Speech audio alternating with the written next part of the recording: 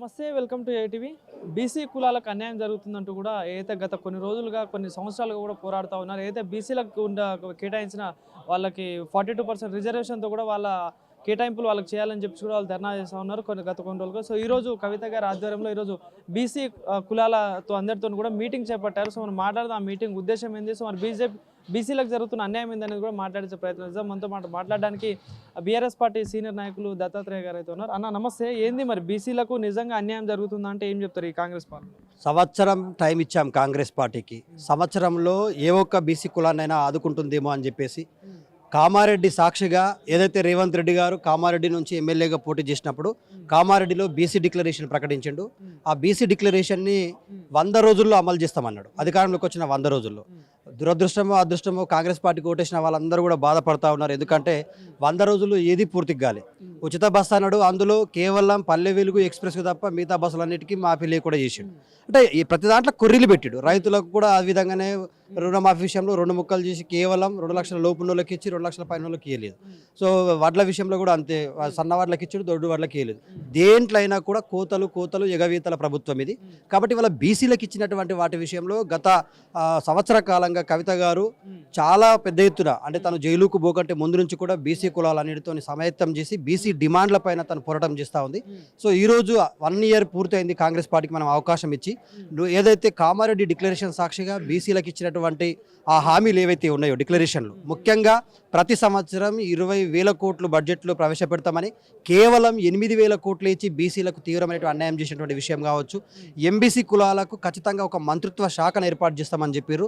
ప్రధానమైనటువంటి డిమాండ్ ఏంటంటే 6 నెలలుగా స్థానికంగా ఉన్నటువంటి సర్పంచ్ ఎన్నికలు ఆగిపోయినాయి. ఎందుకు ఆగిపోయినాయి రా బాబు రేవంత్ రెడ్డి అని అడిగితే, మేము బీసీలకు లెక్క తేలుస్తున్నాం, ఇంకా లెక్కలు జరుగుతున్నాయి అన్నాడు. ఇప్పటి వరకు కుల జన గణన అనేటువంటిది కేవలం 60% కూడా పూర్తి కాలేదు. చాలా కుటుంబాలను ఇంకా కలవాల్సి ఉంది. ఆ ఎన్యుమరేటర్స్ ఎవరిని కూడా కలవకుండా కాలయాపన చేస్తూ ఉన్నారు. సో దాని విషయంలోనే ఇవాళ నువ్వు ఇచ్చినటువంటి మాట నెరవేర్చు. నువ్వేదైతే కామారెడ్డి డిక్లరేషన్లో బీసీలకు 100 రోజుల్లో నేను 42% రిజర్వేషన్ ఇచ్చి సర్పంచులు ఎంపీటీసీలు జడ్పీటీసీలుగా చేస్తా, 42% రిజర్వేషన్ ఇస్తే 23,000 పైచులకు బీసీలే సర్పంచులు ఎంపీటీసీలు జడ్పీటీసీలు అవుతారని చెప్పి అబద్ధాలు చెప్పిండు. సో వాస్తవ విషయానికి వచ్చేసరికి అసెంబ్లీలో తీర్మానం చేయలే, అసెంబ్లీలో మాట్లాడలే, అసెంబ్లీలో బీసీల విషయాన్ని అడిగేసరికి ముఖ్యమంత్రి గారి అసెంబ్లీకి ఆబ్సెంట్ కావడం. సో ఇట్లా బీసీల మీద చిత్తశుద్ధి నిరూపించుకోకుండా బీసీలను మోసం చేస్తూ ఉన్నాడు. కాబట్టి ఈ డిమాండ్లతో పాటు బీసీ వాళ్లకు ఏదైతే బీసీ బిడ్డలు ఉన్నారో, బీసీ కుల సంఘాలు ఉన్నాయో, గతంలో కేసీఆర్ ప్రభుత్వం ప్రతి బీసీ కులానికి కుల సంఘాల భవనాలు కట్టిరు. ఆ కుల సంఘ భవనాలన్నిటికీ బీసీలకి గత ప్రభుత్వంలో 10 సంవత్సరాలు కూడా ఎక్కడ ప్రాధాన్యత కనిపించలే. బీసీలను గత ప్రభుత్వం అన్యాయం చేసింది. మా ప్రభుత్వంలో బీసీలకు ఒక ప్రాధాన్యత ఇస్తున్నాం. వాళ్ళకి అయితే కులగన్న చేసినాక ఇంకోటి చూసుకుంటే బీసీలో 42% రిజర్వేషన్ చేసినాకనే మేము ఎన్నికలకు పోతామంటూ కూడా అంటా ఉన్నారు. ఏంది నిజమేంటారు? ఇప్పుడు బీసీలలో 2 రకాల కులాలు ఉన్నాయండి. బీసీలలో అగ్రవర్ణ అంటే అగ్ర తాంబూలం ఉన్నటువంటి బీసీ కులాలు, అట్టడుగున ఉన్నటువంటి బీసీ కులాలు, ఎంబీసీ కులాలు. సో ఎంబీసీ కులాలలో మళ్ళీ డిఎన్టీ కులాలు అని చెప్పేసి 36 కులాలు ఉన్నాయి. సో వీటన్నింటినీ సమాయత్తం చేస్తూ గత ప్రభుత్వం కేసీఆర్ ప్రభుత్వం ఎంబీసీ కులాలు ఏవైనా కావచ్చు, ఎంబీసీ కులాలు ఉంటే అడగకుండానే బ్యాంకులతో సంబంధం లేకుండా 50,000 రుణాలు ఇచ్చిండు. చాకలికి మంగలికి 25 యూనిట్ల ఉచిత విద్యుత్ ఇచ్చిండు. ప్రతి జిల్లా హెడ్ క్వార్టర్లో మోడర్న్ దూబిగట్లు కట్టిండు. మంగళ షాపులలో పనిచేసినటువంటి మా నాయ బ్రాహ్మణ సోదరులందరూ కూడా 250 యూనిట్ల ఉచిత విద్యుత్తుని ఇచ్చిండు. దాంతోపాటు యాదవ సోదరులు, బలమైనటువంటి యాదవ సోదరులకు తెలంగాణ రాష్ట్రం ఆదర్శంగా నిలిచింది. గొర్రెల పంపిణీ, ఉచిత గొర్రెల పంపిణీ, కుటుంబంలో ఒకరున్నా 5గురున్నా ప్రతి ఒక్కరికి ఒక్కొక్క యూనిట్గా ఇచ్చేసి ప్రతి కుటుంబానికి యూనిట్గా గొర్రెల పంపిణీ జరిగింది. యాదవ ముదిరాజు సోదరులకు చేపల పంపిణీ జరిగింది. వాటితో పాటు లోన్లు ఇవ్వడం, వాహనాలు ఇవ్వడం, మిగతా ఎంబీసీ కులాలన్నిటికి కూడా ఎంబీసీ కార్పొరేషన్ ద్వారా నిధులు ఇవ్వడం, వారి పిల్లలు బీసీ కులాల పిల్లలు ఎవరైనా విదేశీ విద్యకు పోతే 20 లక్షల విదేశీ ఓవర్సీస్ లోన్ ఇవ్వడం. సో ఇట్లా అడగకుండానే ఇవ్వడం.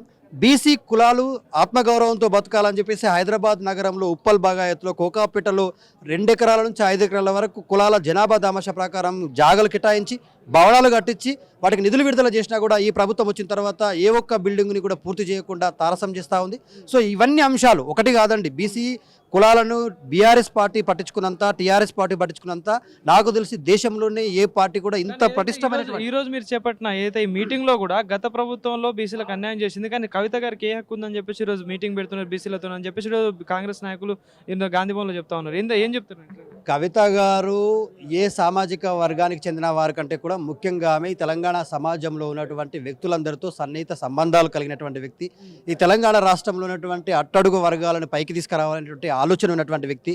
వాళ్ళకు ఏ ఇబ్బందులు వచ్చినా కూడా వెన్నుదనగా నిలబడేటువంటి వ్యక్తి. ఈ అన్ని అర్హతలే ఆమెని వాళ్ళ బీసీలకు నాయకత్వం వహించేటువంటి అవకాశం ఇచ్చింది. కవిత గారు కేవలం ఒక బీసీ సామాజిక వర్గానికి కాదు, ఎస్సీ సామాజిక వర్గానికి, ఎస్టీ సామాజిక వర్గానికి, గురుకుల విద్యార్థులకు, మైనారిటీలకు, ఇట్లా చెప్పుకుంటూ పోతే మహిళలకు, తెలంగాణ రాష్ట్రంలో ఉన్నటువంటి సకల సంస్కృతి సాంప్రదాయాలకు ప్రతి ఒక్క దానికి ఆమె బాధ్యతాయుతమైనటువంటి పౌరాలుగా నాయకత్వం వహిస్తూ ఉంది. నేనేమంటా ఉన్నటువంటి అధికారంలోకి వచ్చినటువంటి కాంగ్రెస్ పార్టీ ఇచ్చిన హామీలను అడగడానికి కవిత గారు అయితే ఏంది, ఆమె బీసీ కులానికి సంబంధించిన వారే అయితేనే కాంగ్రెస్ పార్టీ నెరవేరుస్తుంది, లేకపోతే లేదా. ఇక్కడ కవిత గారు అడుగుతున్నారా, బీసీలు అడుగుతున్నారా సంబంధం లేదు. కవిత గారు ఒక బాధ్యతాయుతమైనటువంటి పౌరాలుగా, ఒక బాధ్యతాయుతమైనటువంటి ప్రతిపక్ష నాయకురాలుగా, ఎమ్మెల్సీగా తెలంగాణ రాష్ట్రంలో ఉన్నటువంటి ఈ బీసీ వర్గాలను అందరినీ కూడా ఒక్కతాటిపైకి చేర్చి వాళ్ళందరి అన్ని సామాజిక వర్గాల సమస్యలన్నింటినీ తెలుసుకొని వారి ఒక్కొక్క సమస్యను ప్రభుత్వం ముందుకు తీసుకొచ్చే ప్రయత్నం చేస్తూ ఉంది. ఈ సమస్యలన్నింటినీ కూడా గత ప్రభుత్వం నెరవేర్చింది. ఇవి ఎక్కడ కూడా ఆగలేదు. ఇప్పుడు బీసీ బిడ్డలు విదేశాలకు పోతే ఓవర్సీస్ లోన్ ఆగలేదు. బీసీ కులాలలో ఉన్నటువంటి ఆడపిల్లలకు పెళ్లిలు అయితే కళ్యాణ లక్ష్మి ఆగలేదు. బీసీలకు ఇచ్చినటువంటి యాదవులకు, ముదురులకు, ముదురాజులకు, గౌడ్లకు వచ్చినటువంటి స్కీమ్లు ఇవి ఆగలేదు. మరి ఈ ప్రభుత్వం వచ్చిన తర్వాత 100 రోజుల్లో నెరవేరుస్తామన్నది 360 రోజులు పూర్తయింది. ఎక్కడ ఏ అటుకు మీద దాపెట్టొచ్చింది? బీసీల డిక్లరేషన్ దొరుకుతలేదు రేవంత్ రెడ్డికి, లేకపోతే కామారెడ్డిలో మర్చిపోయిందా, లేకపోతే కొడంగల్లో మర్చిపోయిందా? అంటే ప్రభుత్వం మీద అయితే కొన్ని అంశాల మీద వ్యతిరేకత వస్తూ ఉంది. సో ఆ వ్యతిరేకతను కప్పిపుచ్చుకోవడం కోసమే ఈ ఎలక్షన్ ఆపుతున్నారు అనుకోవచ్చు. కాంగ్రెస్ ప్రభుత్వం ఒకటి కాదండి, హైడ్రా పేరు మీద ఎస్సీ ఎస్టీ బీసీ మైనార్టీ వర్గాలను గూడులేని పక్షులను చేసింది. హైడ్రా అయిపోయింది అని చెప్పేసి ఒక సినిమా హీరో పంచాయతీ తీసుకొచ్చి నెల రోజుల నుంచి అదే విషయాన్ని రోజు టీవీ పెడితే అల్లు అర్జున్ నిద్రపోతలేడు రేవంత్ రెడ్డి అల్లు అర్జున్ పేరు తీయకుండా. ఆయన ఒక్కసారి పేరు మర్చిపోయిండేమో పాపం 20 శాఖలు, కానీ ఈయన ప్రతిరోజు అల్లు అర్జున్ పేరు తీసే ఇవాళ కాలం గడపాలనే ప్రయత్నం చేస్తూ ఉన్నాడు. సో ఇట్లా డైవర్ట్ పాలిటిక్స్. కేటీఆర్ గారు బామారిది రాజుపాకాల విషయాన్ని తీసుకొని కొండంత వీలుకని పట్టుకున్నట్టుగా ఏం దొరకకపోయేసరికి తెల్లముఖం వేసుకున్నాడు. కేటీఆర్ గారి ఫార్ములా ఈ రేస్ విషయంలో అవినీతి జరిగిందని చెప్పగానే కేటీఆర్ గారు ప్రెస్ మీట్ పెట్టి బట్ట బయలు చేసేసరికి తెల్ల ముఖం వేసుకొని తడబట్టేసుకొని పడుకున్నాడు. సో ఇట్లా నేను ఏమంటున్నా అంటే తెలంగాణ రాష్ట్రంలో కొండా సురేఖ గారితో అవాకులు చెవాకులు పీల్చి ఎదుటి వ్యక్తుల యొక్క హక్కులను కాలరాసే ప్రయత్నం చేయడం, అవమానపరిచయం చేయడం, సమంత లాంటి వ్యక్తి, నాగార్జున లాంటి వ్యక్తి యొక్క వ్యక్తిగత ప్రతిష్టను దిగజార్చేటువంటి మాటలు మాట్లాడడం, ఇదే కొండా సురేఖ వేములవాడ రాజన్న కోడెలు అమ్ముకొని చిల్లర రాజకీయం చేయడం, ఇవన్నీ చూస్తుంటే తెలంగాణ ప్రజలకు అర్థమవుతుంది కదా కాంగ్రెస్ పార్టీ రోజుకొక పూటకొక వేషం వేస్తూ ఉంది. పగటి వేషగాన్లాగా పూటకొక వేషం మారుస్తూ తెలంగాణ ప్రజలను ఇచ్చినటువంటి 6 గ్యారెంటీలు 13 హామీలు డైవర్ట్ చేయడం కోసం ఇప్పుడు ఆడలేక మధ్యలో కరెక్ట్గా లేదన్న చందంలాగా నువ్వు ఇంటికి వాకిలి సాక్షి 60. నాకు అర్థం కాదు. రాహుల్ గాంధీ గారు ఏమంటున్నారంటే ఒక లెటర్ రాసిండు పొన్నం ప్రభాకర్ పేరు మీద, అయ్యా మీరు చాలా అద్భుతంగా 6 గ్యారెంటీలు అమలు చేసిరండి. రాహుల్ గాంధీ గారు నీకు నిజంగానే చేతిలో పట్టుకున్న రాజ్యాంగం మీద గౌరవం ఉంటే ఒకసారి తెలంగాణ రాష్ట్రానికి ఇచ్చినటువంటి 6 గ్యారెంటీలు ఒక్కటి కూడా 100కు 100% అమలు కాలేదు. రుణమాఫీ 100% కాలేదు, 25% 30% అయింది. ఉచిత బస్సులో కొర్రీలు పెట్టిరు, కేవలం పల్లె వెలుగు ఎక్స్ప్రెస్కి ఇచ్చిర్రు, మిగతా వాటికి ఎంట్రీ నో ఎంట్రీ అని చెప్పిర్రు. మహిళలకు ఇస్తామనేటువంటి 2500 రూపాయలకు చేతులు ఎత్తేసిండ్రు. వృద్ధులు వికలాంగులు ఎదురు చూస్తున్నారా నాయన, నువ్వు ఇస్తాన 4000 రూపాయలు ఎప్పుడు ఇస్తావని వృద్ధులు, నువ్వు 6000 రూపాయలు ఎప్పుడు ఇస్తావని వికలాంగులు 1000 కలతో ఎదురు చూస్తున్నారు. వాళ్ళ నోట్లే మన్ను కొట్టావు.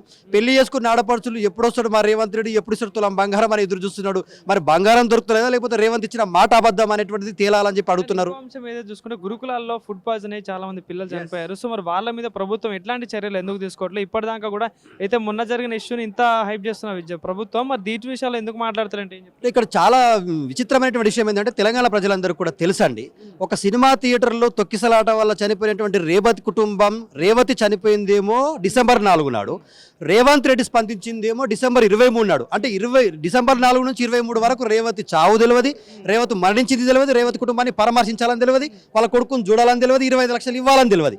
నువ్వు అసెంబ్లీలో మాట్లాడిన తర్వాత బయటకు ఒక మంత్రిని పంపించి 25 లక్షల చెక్ ఇప్పించి ఇగో నేను కూడా రేవంత్కి సాయం చేసిన డబ్బా కొట్టుకునే ప్రయత్నం చేస్తాను.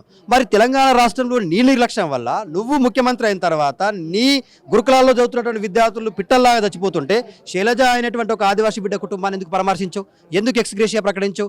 హైడ్రా కూల్చివేతలకు భయపడి బుచ్చం అనేటి మహిళ ఉరేసుకొని చచ్చిపోతే ఆమె కుటుంబాన్ని ఎందుకు పరామర్శించవు? ఇవాళ తెలంగాణ రాష్ట్రంలో రైతులు దాదాపుగా 480 మంది రైతులు పిట్టల్లాగా చచ్చిపోతే కేసీఆర్ ఇచ్చినటువంటి రైతు బీమా ఇవ్వకుండా ఎగనామా పెట్టినావు. దాంతోపాటు పాపం చేనేత కార్మికులు 29 మంది, ఆటో రిక్షా కార్మికులు 90 మంది. ఇగో ఇవాళ తెలంగాణ మొత్తం కూడా చావుల తెలంగాణ, ఉరితాల తెలంగాణ, ఆ ఆత్మహత్యల తెలంగాణగా మారిపోయిందంటే ఇవాళ రేవంత్ రెడ్డి దీనికి కారణం. వీళ్ళందరి సావులు కావు, వీళ్ళందరూ సామాన్య ప్రజలు గారు. కేవలం రేవతి కుటుంబాన్ని మాత్రం తన పొలిటికల్ ఎజెండాగా మార్చుకొని, ఒక పొలిటికల్ ఎక్స్పోజర్గా మార్చుకొని దాన్ని రోజుకొక దుకాణం పెట్టుకొని మాట్లాడుతూ ఉన్నాడు. దీని పేరు మీద సినిమా ఇండస్ట్రీ మీద కక్ష సాధించాలని, సినిమా ఇండస్ట్రీ వాళ్ళు మొత్తం వచ్చినాడు కలవాలని. నీకు నిజంగానే సినిమా ఇండస్ట్రీ మీద ప్రేమ ఉంటే ప్రత్యేకమైనటువంటి సమావేశం పెట్టాల్సి ఉంటే ఈ రేవతి ఇన్సిడెంట్ జరిగిన తర్వాత పెట్టినావంటే నీకు వాళ్ళు గౌరవం ఇస్తున్నారా లేకపోతే వాళ్ళని నువ్వు గౌరవిస్తున్నారా, నీ గౌరవం ఎక్కడుందో తెలుసుకోవాల్సిన అవసరం ఉంది మిస్టర్ రేవంత్. ఫైనల్ ఏం చెప్తారు మరి తెలంగాణ రాష్ట్రంలో ఈ ఏడాది పాలనలో డైవర్షన్ పాలిటిక్స్ కనిపిస్తున్నాయంటే ఏం చెప్తారు ఫైనల్? ప్రధానంగా ఈరోజు మేము పెట్టుకున్న మీటింగ్ ఒకటే అండి. బీసీల ఎజెండాగా పెట్టుకున్నాం, ఎంబీసీల ఎజెండాగా పెట్టుకున్నాం, బీసీ కులాల్లో ఉన్నటువంటి మహిళల ఎజెండాగా పెట్టుకున్నాం. కాబట్టి ముఖ్యమంత్రి రేవంత్ రెడ్డి గారు కామారెడ్డి సాక్షిగా ఇచ్చినటువంటి బీసీ డిక్లరేషన్ని తక్షణం అమలు చేయాలా. డిసెంబర్ 3వ తారీఖు నాడు ఎమ్మెల్సీ కవిత గారి ఆధ్వర్యంలో జరగబోతున్నటువంటి మహాసంగ్రామానికి పెద్ద ఎత్తున జిల్లాలలో ఉన్నటువంటి బీసీ కుల సంఘాలన్నిటి కూడా తీసుకొస్తాం. సావిత్రిబాయి జన్మదినం రోజే నువ్వు తప్పినటువంటి నీ మాటలన్నింటికి లెక్కలు చెప్తాం. గతంలో కేసీఆర్ ప్రభుత్వం ఏ విధంగా అయితే బీసీ కులాలన్నింటికీ ఏదో ఒక రూపంలో ఏదో ఒక సాయం చేసి బీసీ కులాలన్నింటినీ ఆదుకొని వాళ్ళ కాళ్ళ మీద వాళ్ళు నిలబడేటువంటి ప్రయత్నం చేసిండు.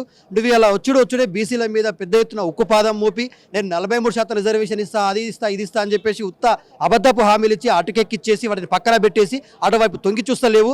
ఇవాళ ఏమైందిరా బాబు, బీసీల కోసం కులగణన చట్టపరంగా చేయాలా, న్యాయపరంగా చేయాలంటే జీవో నంబర్ 119 తీసుకొచ్చిండు. అది లోపభూష్టమైనటువంటిది అని చెప్పేసి బీసీ సంఘాల నాయకులందరం కోర్టుకు పోతే కోర్టు చివాట్లు పెడితే ఇవాళ డెడికేషన్ కమిషన్ వేసిండు. ఆ డెడికేషన్ కమిషన్ కూడా ఇప్పటి వరకు రిపోర్ట్ ఇస్తలేదు. దాని డెడికేషన్ కమిషన్కి డెడ్ లైన్ లేదు. వాస్తవానికి నిజంగానే ప్రభుత్వానికి చిత్తశుద్ధి ఉంటే డెడికేషన్ కమిషన్కి డెడ్ లైన్ పెట్టి రిపోర్ట్ సబ్మిషన్ చేసి ఈ పాటికే లెక్క తేల్చాల్సిన అవసరం పడే. 365 రోజులు పూర్తయింది. బీసీల విషయంలో లెక్క తేల్తలేదంటే రేవంత్ రెడ్డికి ఎంత చిత్తశుద్ధి ఉందో అర్థమైపోయింది. అంటే ఇది కేవలం డైవర్ట్ పాలిటిక్స్, కాలయాపన పాలిటిక్స్ కోసమే కమిషన్ లేచిండు. బీసీల మీద చిత్తశుద్ధి లేదు. గతంలో కేసీఆర్ గారు చాలా చిత్తశుద్ధితో బీసీలకు ఇచ్చినటువంటి ప్రతి హామీని అడగక ముందే నెరవేర్చిన సందర్భాలను మనం చూసాం. సో ఇప్పుడు కవిత గారి ఆధ్వర్యంలో పెద్ద ఎత్తున మహా ఉద్యమానికి శ్రీకారం చుడతాను. గతంలో కవిత గారి ఆధ్వర్యంలో అన్ని జిల్లాలలో రౌండ్ టేబుల్ సమావేశాలు పెట్టి బీసీల యొక్క సమస్యలన్నిటి కూడా ఏకరువు పెట్టినాం. మండల్ కమిషన్ నుంచి మొదలుకొంటే ప్రస్తుతం వేసినటువంటి డెడికేషన్ కమిషన్ వరకు ప్రతి విషయాలను చర్చించుకున్నాం. సో వీటన్నిటి కోసం ఫైట్ చేయడానికి సిద్ధంగా ఉంది. Thank you.